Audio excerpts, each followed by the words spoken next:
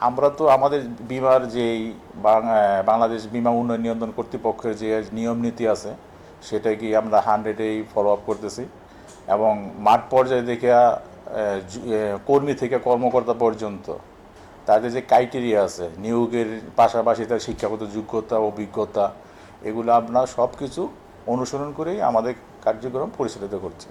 এবং তাদেরকে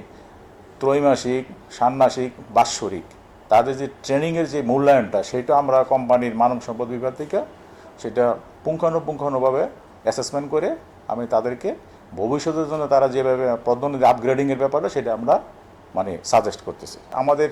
যে ট্রেনার আছে ট্রেনারের মাধ্যমে যখন আমরা অনেকে দেখা গেছে যে নিউ কামার যখন রিক্রুটমেন্ট হচ্ছে তাদেরকে আমরা হয়তো বিভিন্ন পার্ট টু পার্ট বিভিন্ন ইনস্টিটিউশনের মাধ্যমে বা ভালো ট্রেনারের মাধ্যমে ট্রেন আপ করতেছি যে বিমা কী বিমার ভবিষ্যৎ কী এবং এটার উপরে যদি আমার যে লাইফ যদি সেটেল করতে চাই ফিউচার কি থাকবে সেটাকে বোঝানোর জন্য আমরা আপ্রাণ চেষ্টা করতেছি এবং আমরা চাচ্ছি আমাদের ডায়মন্ড লাইফ ইন্স্যুরেন্স কোম্পানির মাধ্যমে বাংলাদেশ বিমা ইন্ডাস্ট্রি যেন ভালোভাবে আগায়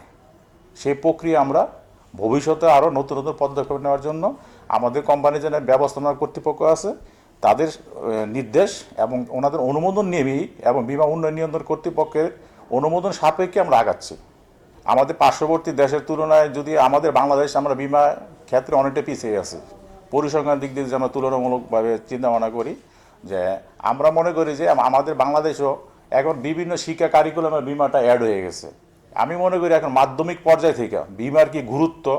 বিমার কি ভবিষ্যৎ সেটা যদি বাংলাদেশ সরকার কর্তৃক যদি আরও কিছু যদি সেটা সন্নিবেশিত করে আমাদের জন্য এবং মাঠ পর্যায়ে যারা নতুন যারা আগত থাকবে তাদের জন্য হয়তো বুঝতে খুব সুবিধা হবে আমরা চাচ্ছি যে ডায়মন্ড লাইফ একটা ডাইনামিক একটা অ্যাট্রাকটিভ একটা টিম তৈরি করার ব্যাপারে সেটা আমরা ইনডোর এবং আউটডোর দুইটা সেক্টরে আমরা সেই প্রক্রিয়া চলমান আছে তা আমরা ডায়মন্ড লাইফ আমার কোম্পানি যে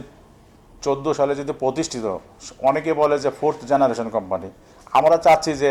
আমরা অন্যান্য কোম্পানির সাথে প্রতিযোগিতামূলকভাবে টিকে থেকে আমরাও হয়তো টপার হওয়ার জন্য আমাদের ভবিষ্যৎ পরিকল্পনা আমরা সেভাবে আগাচ্ছি ডায়মন্ড এখানে আমাদের অনেকগুলো বহুমুখী পরিকল্পনা রয়ে গেছে সেখানে মানুষের যে স্বল্প আয় দীর্ঘমেয়াদী এবং সমস্ত মানুষের সাথে তার ইনকামের সাথে সামঞ্জস্য বজায় রেখে আমাদের কিছু পরিকল্পনা নেওয়া হয়েছে যেটাকে মাঠ পর্যায়ে আমরা সেটা নাকি এখন বিক্রি করে এবং আশানুরূপ আমরা সাড়া পাচ্ছি গ্রাহকদের স্বাস্থ্য সুরক্ষার জন্য এবং কর্মীদের স্বাস্থ্য সুরক্ষার জন্য আমাদের তো স্বাস্থ্য বিমা আমার 2টা কোম্পানির সাথে চুক্তিবদ্ধ আছে আর নতুন কোনো এরকম কোনো জন্য মেডিকেল কোনো কিছু থাকে তারা আমাদের সাথে যোগাযোগ করতেছে আমরা তাদের অ্যাসেসমেন্ট করতেছি হলে তাদের সাথে আমরা এগ্রিমেন্ট করবো ডায়মন্ড লাইফ সেটা মাসিক সঞ্চয় বিমা যেটা আছে যেমন একদম প্রান্তিক যেটা যেই লোকেরা সীমিত আয় যারা আছে তাদের ক্ষেত্রে ডায়মন্ড লাইফের পলিসি আছে সেটা মাসিক সঞ্চয় বিমা যেটাকে আমরা বলি ডিপিএস সেটা আমাদের 10 বছর মেয়াদি আছে 12 বছর মেয়াদি আছে এবং যারা একটু সচ্ছল আয়ের দিক দিয়ে স্বাবলম্বী তাদের দিকে আমাদের যে দীর্ঘমেয়াদী পরিকল্পনা যেগুলো আছে সেগুলো আমার বিমা আছে আমাদের সঞ্চয় বিমা আছে তারপরে আপনার ওই যে পরিকল্পনা যেগুলো দীর্ঘমেয়াদী বিমা আছে তারপরে আপনার পেনশন বিমা আছে তারপরে ওই যে শিশু নিরাপত্তা বিমা আছে তারপরে আছে আপনার ওই যে হজ বিমা এগুলা আরও আমাদের আর গ্রুপ বিমা আছে তারপরে আমাদের ওই যে স্বাস্থ্য বিমা